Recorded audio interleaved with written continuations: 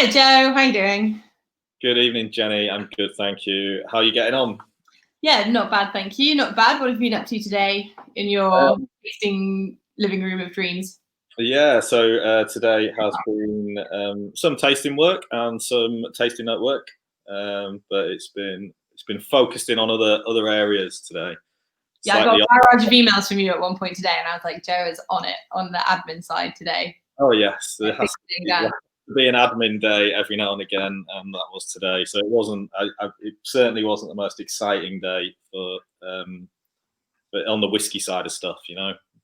Yeah, but productive, which is what happens to happen anyway. Okay. So we've got a few people who are joining us. Hello. We've got one comment already. Hi, Paul. How are you doing? So thanks very much for joining us. We're really sorry we had to postpone last week. Something came up right at the last minute, and just it was just not practical to try and squeeze everything in. We would have done this very badly. So we thought the best thing to do was to postpone it to this week and give it our full attention and do it all properly. So hello. Today is Field to Bottle number 10 we're on. So we're into our 10th week of doing it.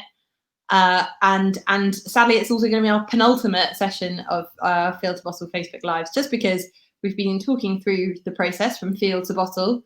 Now we've basically reached the bottle. So we're at the end. So this week we'll be talking about the bottle, our bottling process, why we do it ourselves in the distillery.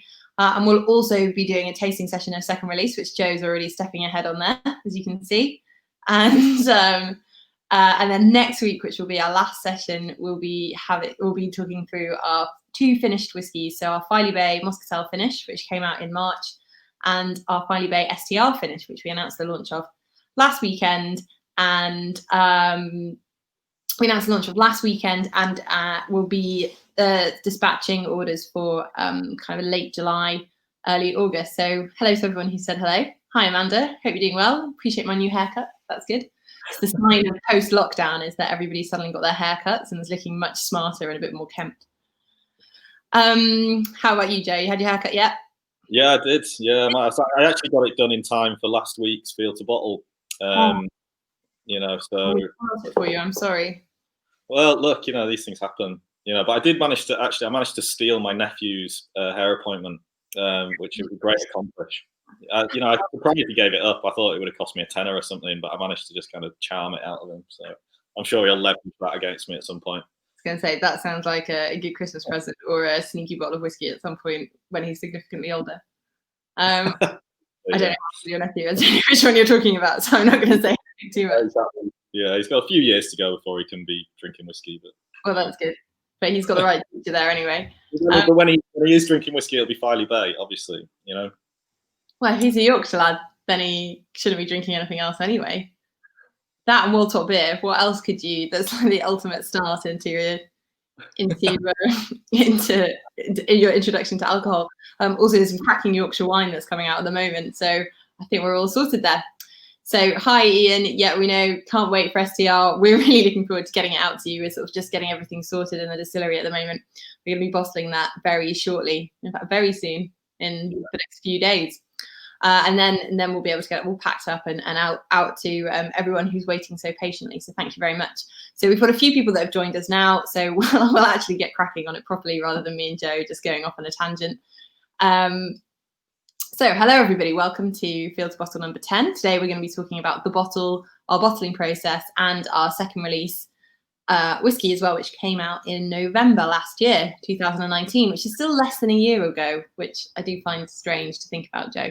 I don't know if you. Yeah, it's quite weird. It kind of feels longer. Yeah. Because we've been so kind of flat out, really, last kind of few months.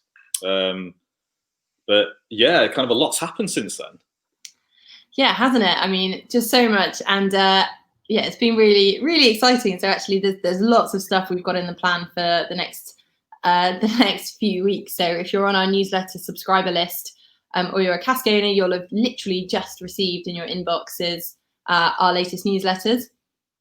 And they'll be telling you that there's something very special coming at the end of July, and giving you specific dates in which to watch your inbox. So do keep an eye out for that. We can't have our open day this year for obvious reasons, but we have been working on things to make that a little less disappointing. So we've got other stuff coming out there, but more on that coming on our Facebook posts over the next coming days. So I am Jenny. I head up the marketing here at the Spirit of Yorkshire Distillery. And this is Joe. Joe, what do you do? So I make sure whiskey tastes good. That's a big part of it, amongst other things, of course. Speeding in your van. Yeah, exactly. Yeah, seeing customers, making sure that we're getting out there, that kind of thing. Yeah, Joe's the man with the most incredible cask-filled spreadsheet. So he's the one that knows everything that's going on in the warehouse. It's very exciting when you look at it. It's all color-coded and very beautifully done. So we'll get started. Sorry, I'm just getting distracted by the comments. You'd think I've done this enough by now, but I still get distracted by looking at them. Anyway, I need to get focused. Sorry, we're being very distracted today. So firstly, we're going to talk about the bottle itself, why we made the bottle. I know we touched on this in our first release broadcast that we did a few weeks ago, but it's sort of worth talking about again. It's been done for a very specific reason. And then we're going to be talking about bottling on site and why we bottle. And then lastly, we'll be going through and Joe will be doing a sort of mini tasting session of our Filey Bay second release. So first things first, Joe, talk to us about the bespoke bottle. Why a bespoke bottle? Obviously we did distillery projects were done in a fairly standard shaped bottle, but for first, second and ensuing releases, we have this very special bottle. Why did we go for a bespoke one? Yeah, so I suppose you can sum that up in the fact that we just wanted to do this whiskey justice, and from day one, we wanted to get our own bottle and get a mold done for us, which isn't it's something a lot of distilleries wouldn't do. It's a big undertaking, and it's a really expensive piece of work to undertake, especially when you're kind of pre-whiskey. But we wanted to do it. I think if you want a kind of one main reason for this, we could only launch Yorkshire's first whiskey once, and it was really important to us that it looked the part. And beyond that, you have a bottle which is identifiable as yours. So it makes sure that it stands out. People recognise the whiskey that you're making, and on top of that as well, you've got something where you have an opportunity to add that extra layer of the story of what you're doing and what you're making into that as well. So yeah, I think there's lots of advantages to doing it.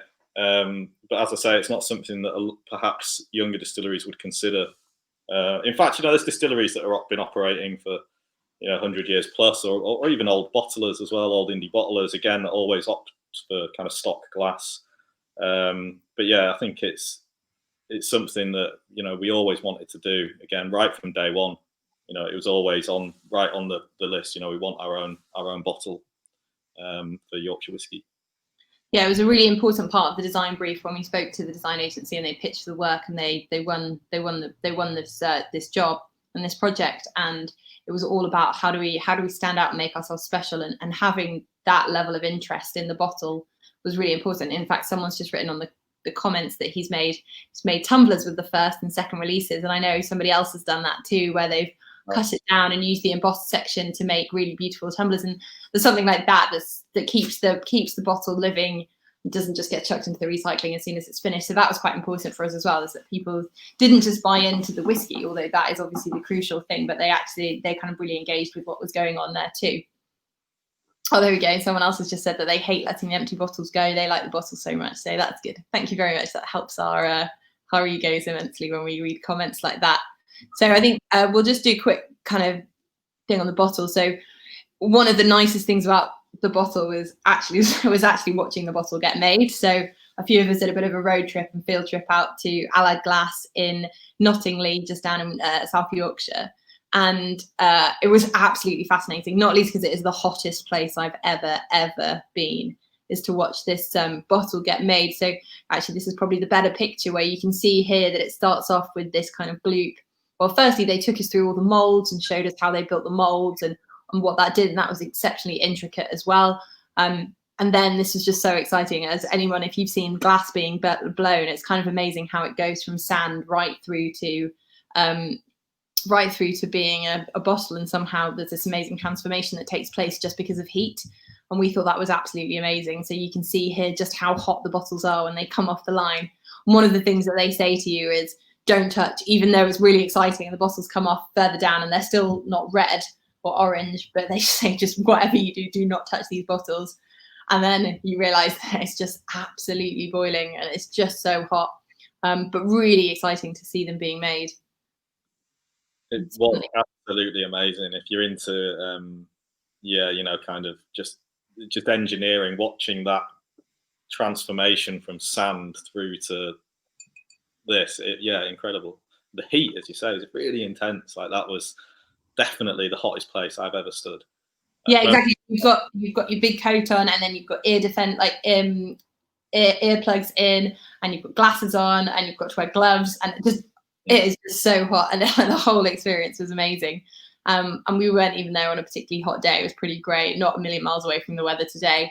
It just, yeah, it was so different. But actually, I think for all of us, it was just another way of feeling even more connected to this product. So not just the whiskey inside, which we obviously see being made continuously, and we see it go from those kind of the empty fields right through to the liquid going into the casks at the end. But then to see it kind of in this like this element of the whiskey, kind of full whiskey bottle creation process, was really exciting. And so that gets us then to something that looks like this, with that intricate detailing on the bottom of the bottle. Really exciting. And actually, so now if we'll talk a bit more about the kind of the why that pattern is there. So Joe, do you want to just talk a bit about what the design agency talked to us about when they were sort of selling in the design to us? Yeah, sure. So, you know, the pictures there kind of sum it up largely. Yeah, you know, so we have this kind of pattern rolling around the bottom. We also use that in the carton as well and kind of elsewhere. But yeah, it symbolizes the land, it symbolizes the sea, and you know exactly where we are. You know, we can see the sea from the distillery windows, and you know we have the farm kind of on one side and the sea on the other. So you know we are you know where the land meets the sea, and this is really nice because it ties the two things together. So yeah, you know, to me it's very obviously coastal. But if you spend a bit more time, the more time you spend with this bottle in your hand and the packaging and you're looking at it, yeah, you know, you can see those other connections to it as well. So definitely.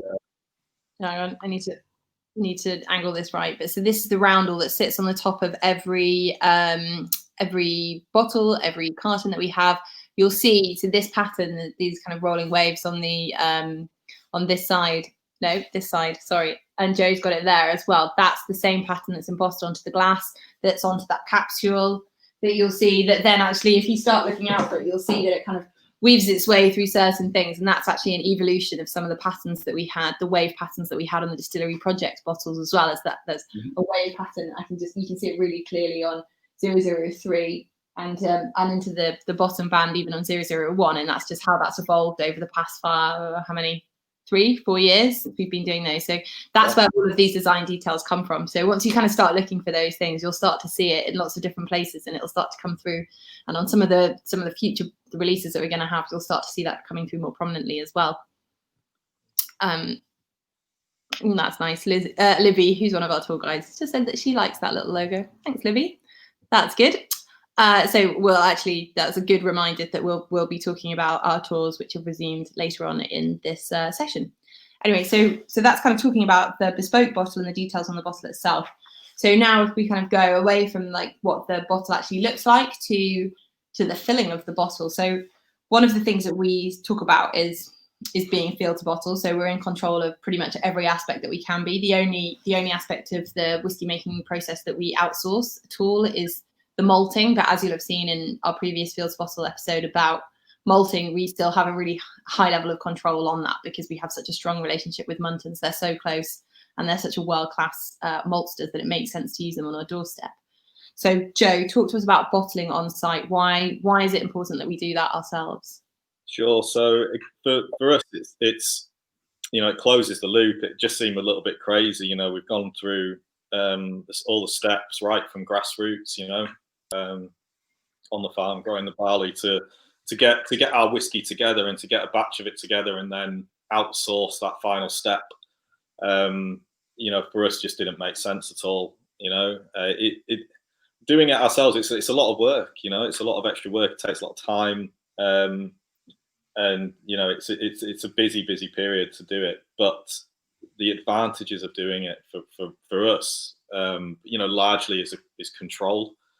So we're not relying on another company to do it for us. You're not relying to drop into a production schedule at a bottling plant. You're not having to send whiskey that's been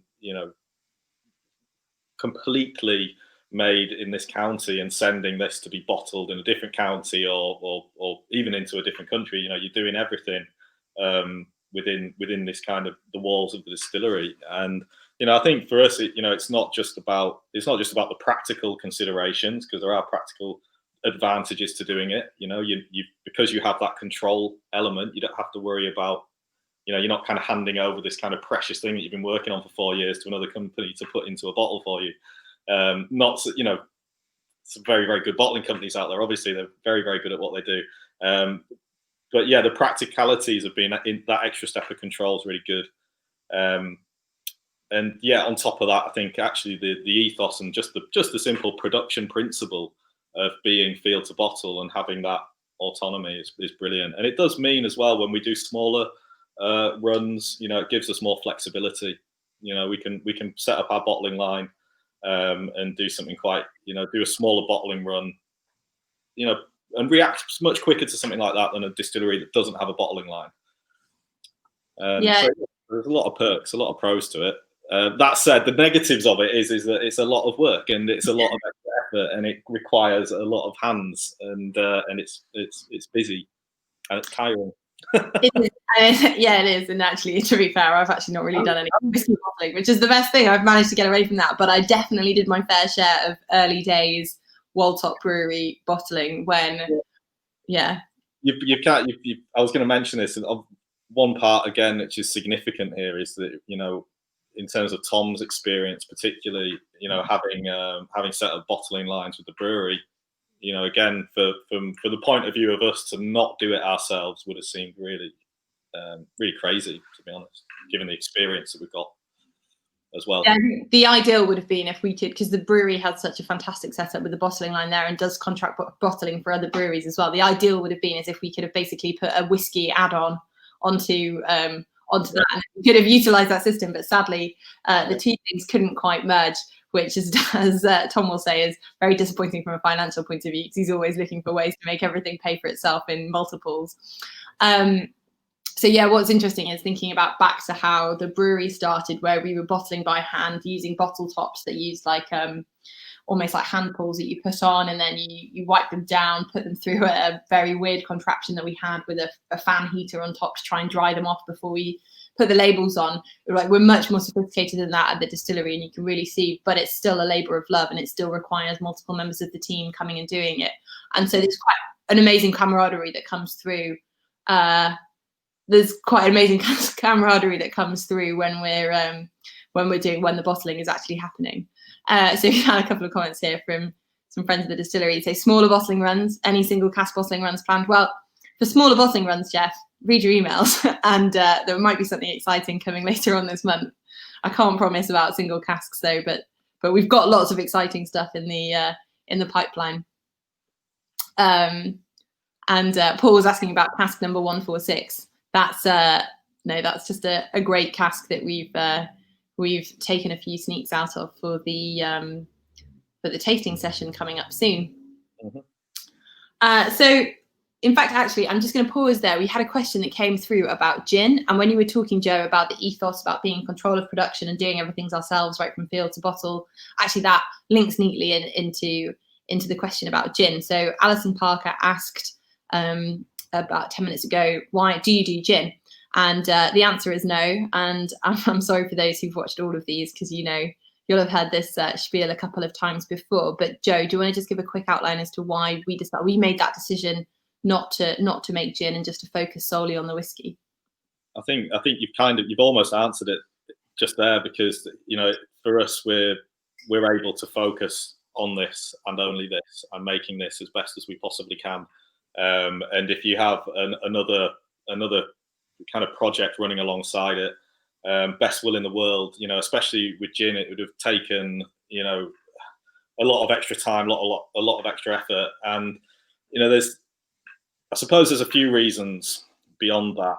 The general production principle of white spirits isn't really kind of a field to bottle principle. It's not to say you can't do it field to bottle, but in the most part, if you're looking at kind of gin production or how you want to make gin, it's a case of starting with a neutral base spirit. So you've either got to make that neutral base spirit, which requires kind of sophisticated distilling equipment and a lot of time and energy, or you can buy that spirit in and then do the other bits, like rectify it and add your flavor profile to it and that kind of thing. So for us, it didn't fit with the ethos. It didn't fit with the field to bottle principle for us. We would have had to have invested in more kit, it's more time, it's more energy. And then aside from that, I think, I suppose I can ask you this question, Jenny. Do you think the world needs another gin right now? I mean, I'm slowly working my way through the entire selection that Yorkshire distilleries have to offer, and they taste delicious. So I think, there is an argument to say that actually it was a very crowded marketplace with some people doing it fantastically, and in order to have kind of lived up to our own philosophies to do it as well as we possibly could do and be one of the best, which would always be our ambition as it is with the whiskey, I think it would have taken so much time, effort, determination, and people that we just didn't have the focus for that. We're still a small distillery. We're a really small team. We'd have essentially needed to probably double our team in order to focus on the gin with the same enthusiasm and focus that we put into the whiskey. So those are all of those reasons as to why we didn't go for doing gin. But there are some fantastic gins. I've been slowly working my way through a bottle of Cooper King's kind of sort of standard, sounds like the wrong word, but I can't think what it's called, but their sort of flagship gin, and it is very delicious and very much. Very tasty indeed. Yeah, so we've just got a question that's come through saying, dare I ask about a whiskey liqueur? All things are on the table at the moment from that perspective. So we're working on lots of different options and coming up with ideas, some that might come sooner than others, some that might just take a good few years to come into fruition. But there's definitely some exciting things in the pipeline. So we've only got about 8 minutes left now. So let's focus on second release, moving on to that. So Joe, give us your kind of tasting notes on second release. Sure. So obviously it followed on from the first. It was in the same kind of style as the first release bottling. It was a kind of process of kind of looking at the distillery's house style, which is really bourbon matured and very, very light and kind of delicate, easygoing, kind of fruity style. So it was a kind of evolution of the first one. The two pieces of work really sat side by side, so you're doing this piece of work to get the batch together for the first release, and at the same time you're always thinking about the next thing and the next thing and the next thing. So at least on paper, if you looked at the kind of the cask makeup of this, it's a similar kind of breakdown of casks, from the same period. You're looking at casks from summer and autumn of 2016 basically. 15 bourbon barrels and 1 sherry barrel. The sherry barrel in question was an Oloroso sherry butt, 500 litre cask against the other casks, which were kind of 200 litres. And yeah, it's kind of just wrapping up that lovely kind of style that we are, or will, I dare say, become known for as a kind of flagship style for us. So it's super light. And I've been nosing away and sipping on this now for about kind of 45 minutes, and it's really kind of creamy, really sweet, kind of like vanilla, custard cream biscuits. Do you remember those? Do I remember those? I knew they buy the packet full on a regular basis. So yeah, I love it. I didn't know that actually, Jen. I didn't know that you had an appeal to use it. And I'll destroy them in one go. Tom is the same. It's a bad family genetic trait. Great. Well, definitely we've got a kind of lovely kind of biscuity, creamy sweetness to it, but it does have some lovely fruity notes as well. You can expect from bourbon cask maturation, you can expect kind of citrus notes, you can expect little kind of whispers of coconut. Vanilla is very prominent from bourbon barrels, but yeah, we do have a nice kind of undercurrent of fruitiness and kind of slight oranginess that we do carry through. Yeah, I'm really conscious that we wanted this to. I think when you've got young whiskey, I think some distilleries might be a little bit nervous about the, kind of going out with their spirit style. By which I mean, I think that a lot of distilleries make their whiskies, they're kind of usually in very active casks, and they're kind of, more woody basically than what we've got here. Whereas this, and the first release, and indeed Moscatel, it's really, letting the distillery character shine through. That's really, really important. And we've been praised and complimented on that, certainly in the trade, for kind of going, look, this is what we're making. This is the kind of the core of what we're doing. But yeah, really Moorish. Really Moorish. I can remember, quite clearly a couple of conversations with people that were at the distillery, and I said, we took a punt. We saw it in a shop near us, and we bought it, and we thought we'll just give it a try because we really want to try Yorkshire whiskey. And they were in the distillery about a week later, grabbing another 2 bottles because they've opened it and they've just got tucked in. They've enjoyed it with a few friends, and it's suddenly all gone. It's that kind of dram, it kind of just really, really easy going and really, really light. And that kind of that style is what we're all about. It's the very core of kind of Filey Bay. So it's a real crowd pleaser. That's fair to say. Yeah, I think that's what you just said there about kind of the having a couple of sips and then actually getting stuck in. I've got a couple of friends who've said very similar things, and then ended up reordering a couple of bottles not that long later, just because they kind of enjoyed it, shared it with friends, and then realized that actually they wanted to keep a bit of a bottle for themselves as well. So I think part of the reason as well that we followed a bourbon-led release with a bourbon-led release with those two is that we had an inkling that first release would sell well, regardless, mainly because it was the first one, and we knew lots of people had been looking for it, and waiting for it carefully. So we wanted to make sure that actually then when we followed that up, it wasn't a million miles away, and that's where we've then gone to the next level with Moscatel finish, and then STR finish is something really quite different as well. So it's about kind of building that evolution of the brand. That sounds awful, of the whiskey, and making sure that it kind of follows some steps. Sound a bit too marketing there, don't I? A little bit. Sort of downsides of the job there, I think. So yeah, it was definitely about sort of finding that kind of level and those stepping stones to kind of building our portfolio and making and bringing people along with us, so that we weren't just kind of bringing crazy things out each time that didn't really make sense as to who we were as a distillery. So any questions coming through? We've seen a couple of bits and bobs coming through. Someone who just said they're just about to open their second release, which is really exciting. That's the first. Brilliant. Hopefully you've got a Moscatel to go with that as well, so you can sort of have a Moscatel chaser to your second release. So that's really interesting. And then Ian saying that it's really Moorish, which is not unfortunate. We're definitely pleased to hear that it's very Moorish and easy to drink, but not too easy to drink, hopefully. And yeah, otherwise, I think if there's any questions coming through, it'd be really great to hear them. If not, do save your questions for Moscatel finish and STR finish next week. Obviously, unfortunately, you haven't been able to try the STR finish, so it will be Joe's tasting next week. Will be we haven't started doing it, but it will be the first kind of insight into what the whiskey is like. So if you're interested in STR finish, definitely tune into that. Oh, great. Good to hear you, Sarah, that you've got your Moscatel there and that you've got the STR on order. That's what we like to hear. Come and see the distillery soon as well. We'd love to say hi properly. I'm really going to miss this. Pardon? I'm really going to miss it because it's going to go. It's gone. It's almost gone. It's kind of it's at the tail end, and it's one of the when you do batches like this, eventually they will always disappear. It'll always be gone because of the nature of it. People, and it's great because people open and drink it. They don't just stick it in a cupboard and stash it. So yeah, it's going to be a shame when it's gone.